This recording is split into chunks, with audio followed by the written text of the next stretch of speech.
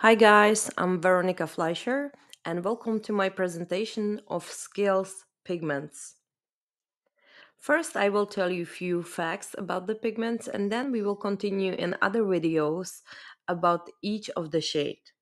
So, first thing you need to know, those are highly concentrated pigments and that means they are loaded with lots of colorants, and for this fact it's really easy to work with them and to achieve perfect healed results if you know how to work with them properly, which I will give you tips in this presentation. This is American company, but good news for those who are based in Europe because these pigments comply with REACH regulation. They are mostly organics, and again, I do love organic pigments, so I will give you some tip how to work with them properly. So check the other videos. Let's talk about the eyebrows and eyeliner. We have four colors, four browns that can be used for brows and for eyeliner as well. For me, this is incredibly easy. You don't need to have 20 shades of brown. You need, trust me, you need only those four, and you can, of course, mix them together as you wish and create some unique colors as well. So, brown number one, this is middle dark brown. It's neutral, slightly warm, and it has yellow base. Brown number one is my favorite for blonde clients, for lighter clients. I love the healed results because it's very soft, very not that significant. It's very neutral and natural. So I love brown number one for those types of clients. But of course, even for blonde girls, if they require a little bit more significant effect, you can always mix it with brown four, which is my favorite combination as well. Brown number two, this is light brown. It's a little lighter actually than brown one. It's neutral, slightly warm, and it has very strong yellow base. Brown number two is very suitable for older clients, and I am talking about 60 plus clients, elderly people who really shouldn't have a significant eyebrows. Those eyebrows should be very natural looking, very light. So brown number two is a very good choice for those kinds of clients. And if you think that brown 2 is too light, you can always mix it with brown 1 or add a little drop of brown 4. Those are also my favorite combinations for the elderly clients. Brown number 3, this is the darkest color actually. It's very dark brown color, and we are talking about uh, blackish brown. To be honest, I don't like to use brown tree on the eyebrows. I use it most of the times for eyeliner only. But if you want to use it for the brows, please add the corrector to warm up the color, and please add a lot of the corrector. We are talking about 50% of the corrector and 50% of brown tree if you want to have very good healed brown results. I find out over the years when I was working with brown tree that this color, even though it has red base, so it seems warmer. If you do the swatch on the paper, you will have a feeling like it's a little warmer, but it's not. It's actually colder. So with my experience, I always add a lot of corrector to warm up the color because it has higher amount of the carbon black, and that can be trouble when healing, and you can end up with grayish eyebrows. So if you want to use brown tree for the eyebrows, please add the corrector. I will be speaking about the corrector in another video, so don't worry, you will find out all the information.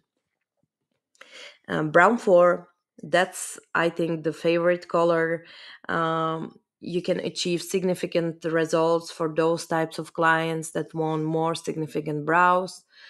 This is dark brown color. It's a little warmer and it has red base, but I still do add a little of orange corrector to my mix just to be sure that it will heal perfectly. But I love this color, it's my favorite.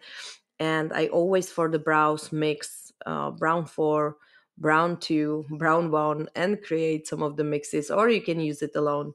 It doesn't matter. So it's incredibly easy. You have only 4 colors and you can mix it as much as you want. My recommendation is, because those most of these pigments are neutral, I always like to warm it up a little bit, and that depends on the client's skin.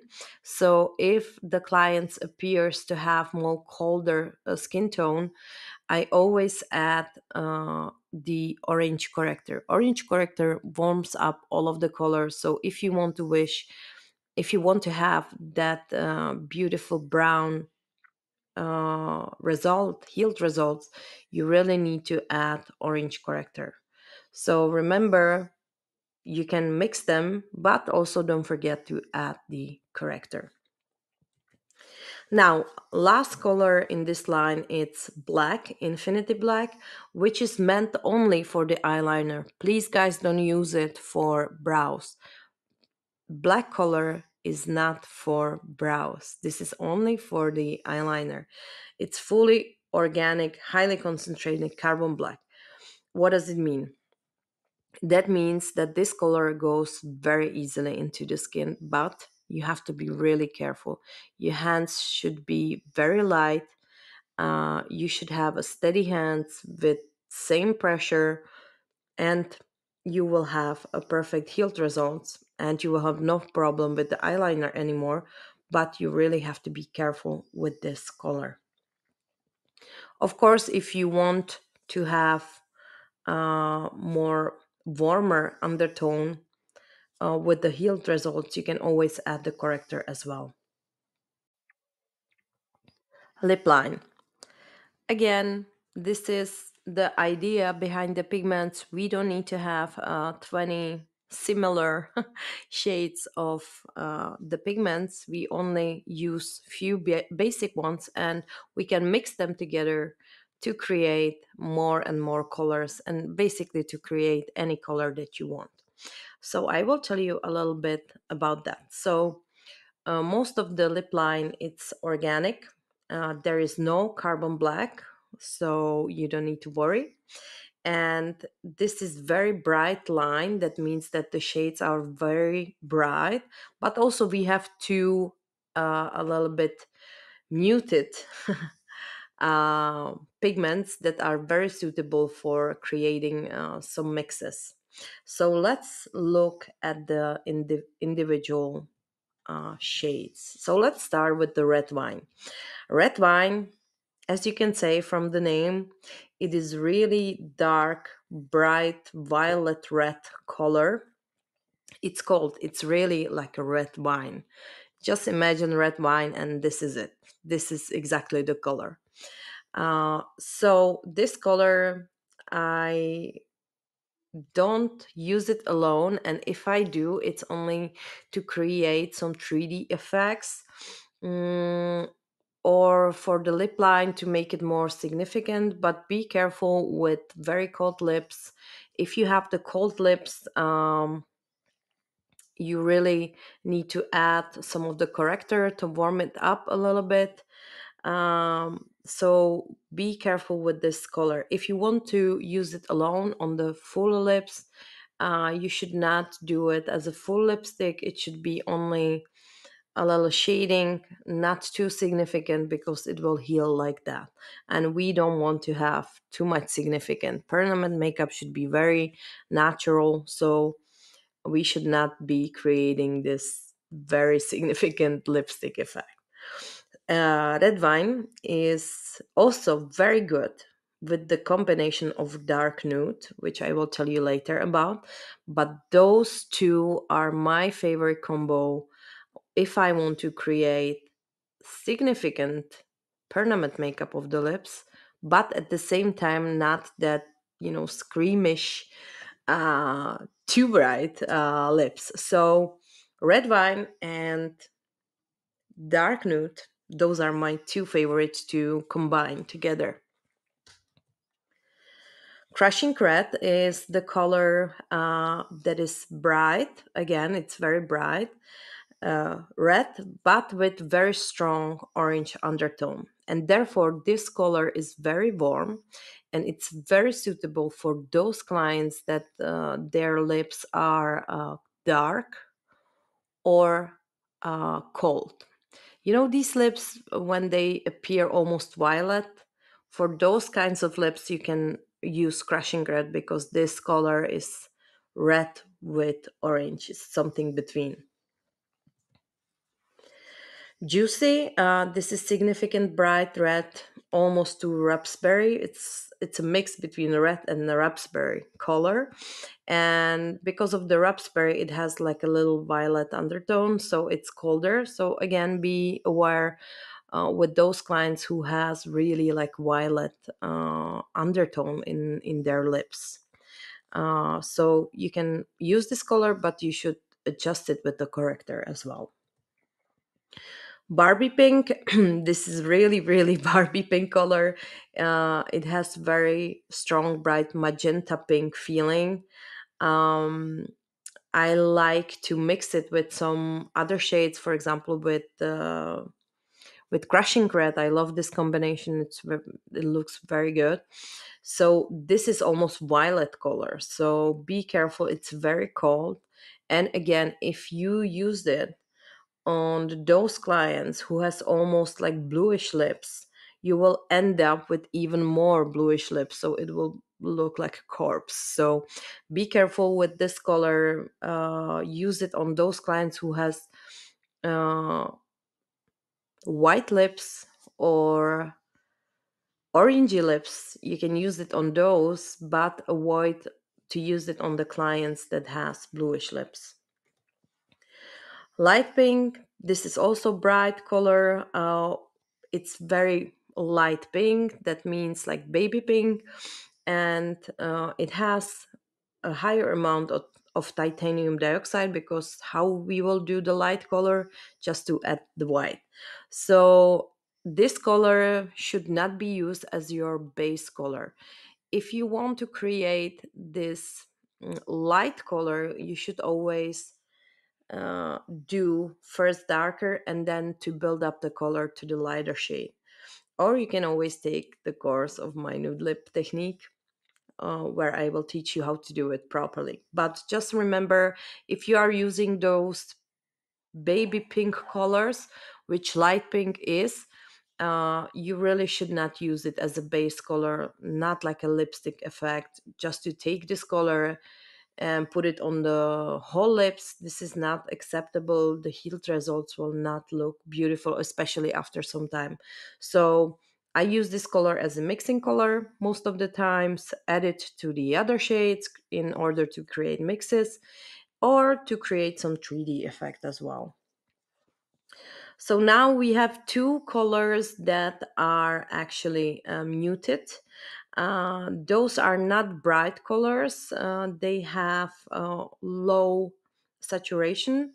So this, if you mix it, dark nude or pinkish nude, if you mix with the bright ones, it will create for me the most beautiful shades. So I love dark nude and I love pinkish nude. Those are the colors that you must have, but just be careful with both of them, because they are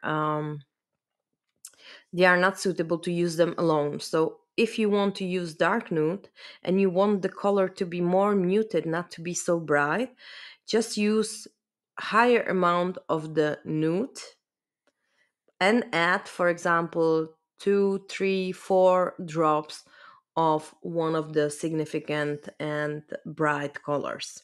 So dark nude, it's as the name said, it's dark and it's almost like a caramel orangey brownish tone, something like that. I love it. It's very nice. My favorite combination is with red wine or crushing red or juicy, or you can add Barbie pink. You can add wherever you want. It will always end up with very beautiful shade. Uh, but be careful, it's slightly cold. So if you have a client with again bluish lips, you should add a little of orange corrector. Pinkish nude, it's again muted nude color that has not orange undertone but pink undertone, and it's also a little slightly cold, and you can again mix it with all of the colors that I just mentioned. And we have one more pigment that is white. White is only for mixing. Uh, you should not use it alone on the lips. So if you want to create some special mix and you want to make it lighter, you can add white colors. If you don't know how to mix the colors, I have a course of mixing colors. So you can take that course online. It's very easy, very understandable, and you will find out that you really don't need so many bottles of pigments. You just need a few of the basics, and you can create um, any any shade that you want. Orange is the most needed pigment. You need to have this color. Orange is corrector color. You need it to warm up all of the pigments, especially on the clients that are colder or are colder type, which are most of the clients, to be honest. So it is very important to read the skin, and you need to adjust the pigment that you are about to use. There is no perfect shade, there is no perfect pigments. It's always about, if the client's skin is colder, you need to add the corrector. Some of the clients are just a little colder, some of them are more neutral, and some of them are really cold.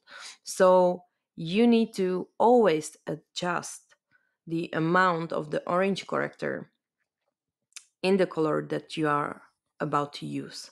So, for example, if you will have a client with the blonde hair and you will look at her veins, and the veins on her wrist will appear bluish, almost violet, that means she's very cold. Her skin tone is very cold. So, in this case, if I would take, for example, brown one, I know brown one is neutral color. I would for sure add at least like 3 or 4 drops of orange, because I know this client is very cold. The same applies with eyeliner colors, or the colors that you choose for eyeliner, even for black. If you will have this client and you will want to create eyeliner with the black color, you should know that even the black stays black. Under her skin, it will appear a little bluish. So in this case, also you can add the orange corrector into the black color to prevent the bluish, undertone when it heals. For the lips, it is the same important, because with the lips, again, if you have the bluish lips, you need to add the orange corrector in order to have the healed result more warmer, not colder. So let's talk about the most important part, and that is how to work with those pigments properly. So, my first advice is, don't oversaturate it. If you are working with the minerals, this is completely different. You need to work in less layers. 3 layers is actually the maximum. And your work should be very superficial. If you go too deep, if your pressure will not be stable, then it will show on the healed results. Those pigments, they are not meant for beginners. They are more for experienced artists, and they will not they will not forgive you any of your mistakes. You will see them in your healed work. Here I prepared some of the examples of the work. So on the first picture, we have unsuitable work with these kinds of pigments. Don't oversaturate them. This is too much. If you do it like this, it will heal like this, and that means it will be grayish black. It will not be really pretty. On the other hand, we have another picture. This is how your work should look like. It should be less saturated. Don't worry, it will not stay that light. It will settle perfectly in the skin. So this is really what you need. You don't need much more. So this is actually the correct work. And let me also tell you what affects the healed results. So, first of all, it is the skin color and the undertone. And of course, with the combination of the pigments that you choose. So, it should all go together. The number one rule is if the client has cold undertone, you should always use warm or even warmer pigments. Another thing is pigment, that what is inside of the pigment, what is the colorant, and what is the concentration, because not every brand has the same concentration. Some of the brands are less concentrated, some are highly concentrated like Skillz pigments, and this also affect the healed results. So you should know what you have in your bottle and to adjust the work according to what you work with. Another aspect is the skin condition, of course. If the skin is not all right, if, for example, there's eczema, I can guarantee you there will be no perfect healed results. Another thing is immune system, because sometimes it gets crazy, it doesn't want the pigment in the body. So it's alive, and sometimes it doesn't work as we want. Another aspect is, of course, the client's aftercare. Client's aftercare, it's really like 50% of the procedure. They should be aware of the things that they are not supposed to do and what they are supposed to do. So aftercare is really important as well. And of course, UV lights, because UV lights, that depends on how long the pigment will stay in the skin and how well look after a few years. So, just to mention few of those aspects, let's talk about concentration. As I was saying, Skillz pigments are highly concentrated. They have lots of colorant. Colorant is like powder, like a color powder inside of your bottle. And of course, not every brand has higher concentration. So, as you can see on this example of the sand, some of the brands have only little of the powder, colorant powder inside, and some of them, like Skillz, have a lot. And that depends a lot how you work with those pigments. With the higher concentrated pigments, you don't need to go over the skin so many times. It's very easy to work with those kinds of pigments. But on the other hand, if you will have lower concentrated pigments, you will need to apply more and go over the skin more times. And of course, it will affect the healed results, because with higher concentrated brand, the healed results will be nice. Not many color will go away. With lower concentrated pigments, you can expect less pigment staying in the skin. Something about the healing process, the healing stages, just to remind you that at first, when we open the skin, the body reaction is that they will send the lymphocytes. Lymphocytes are the cells that are trying to glue together the skin in order to close it. This is the first reaction, and we all see it when we work. We see the lymphocytes coming out of the skin.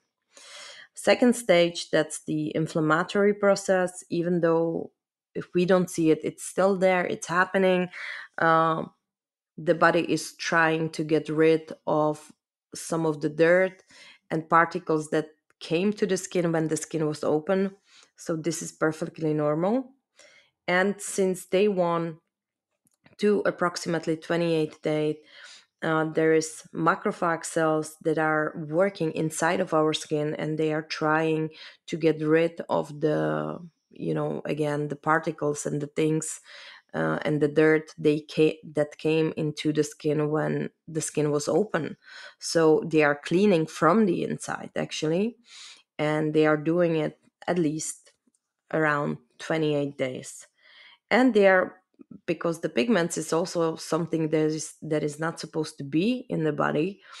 Naturally the body tries to get rid of it as well. So you can see on the picture the macrophage cell that is carrying all of the pigment particles, and it's trying to clean it. So again, uh, with the higher concentrated pigments, the macrophage cells will just not be able to clean all of it.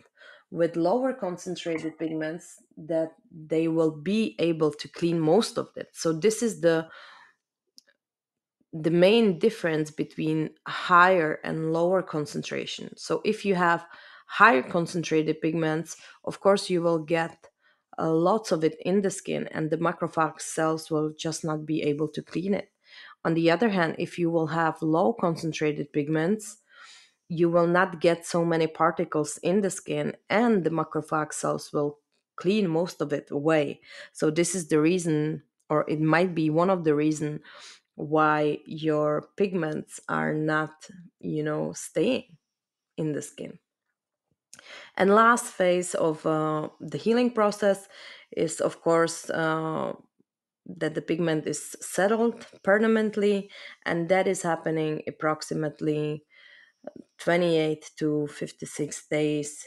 In this time, the body accept the pigments and just keep it in the body.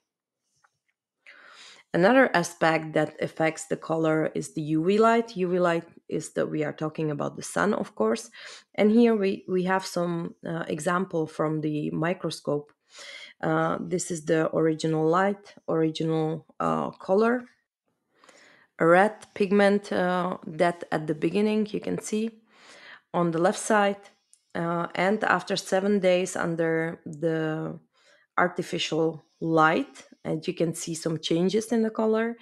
And then on the right we have after 7 days under the sunlight. So you can see immediately the effect that the UV light has, and that means that the UV light is most responsible for the color changes, because it breaks down the color, and that's why the color is faded. It is the same like when you wash, for example, your black clothes and you will put them out for drying.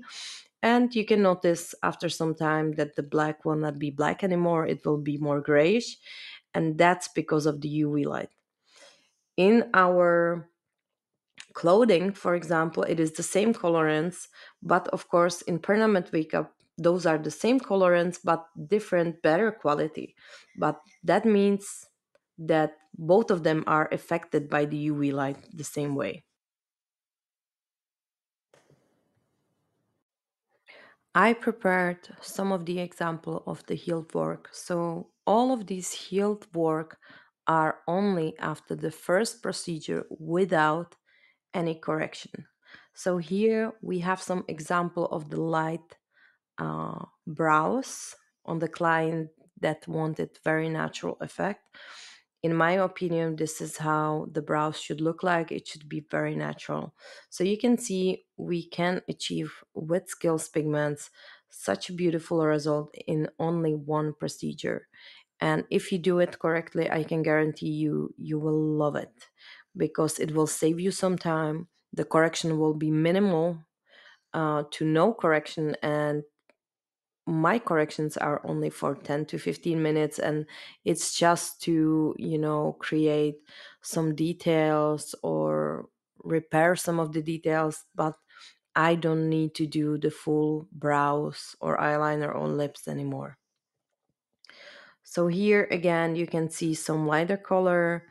Again, you can see it's nicely brown, but be aware and remember what I tell you about adding the orange corrector. Here we have some example of the hair stroke technique. You can see all of the strokes are there. Here we have some details so you can see how it looked freshly done and how that healed. So again, you can see like all of the hair are there. I love the healed results.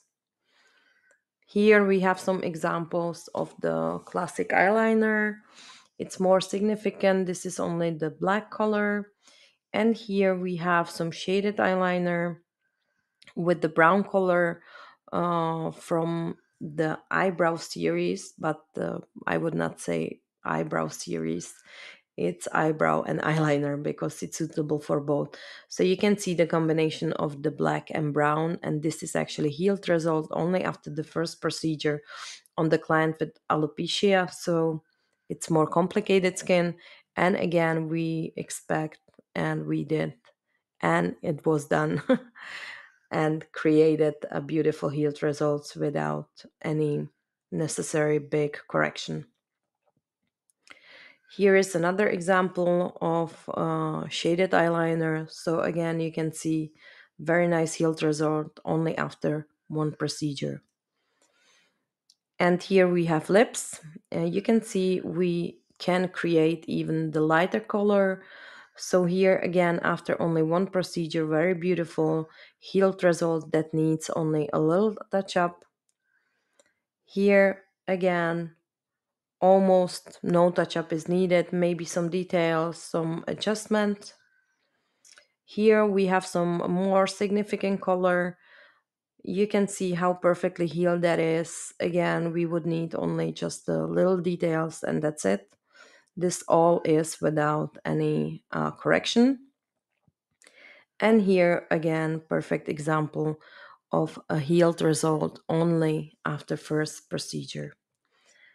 So if you like this presentation and you would like to know more, or there is something that worries you, you can always contact me in my Facebook or Instagram.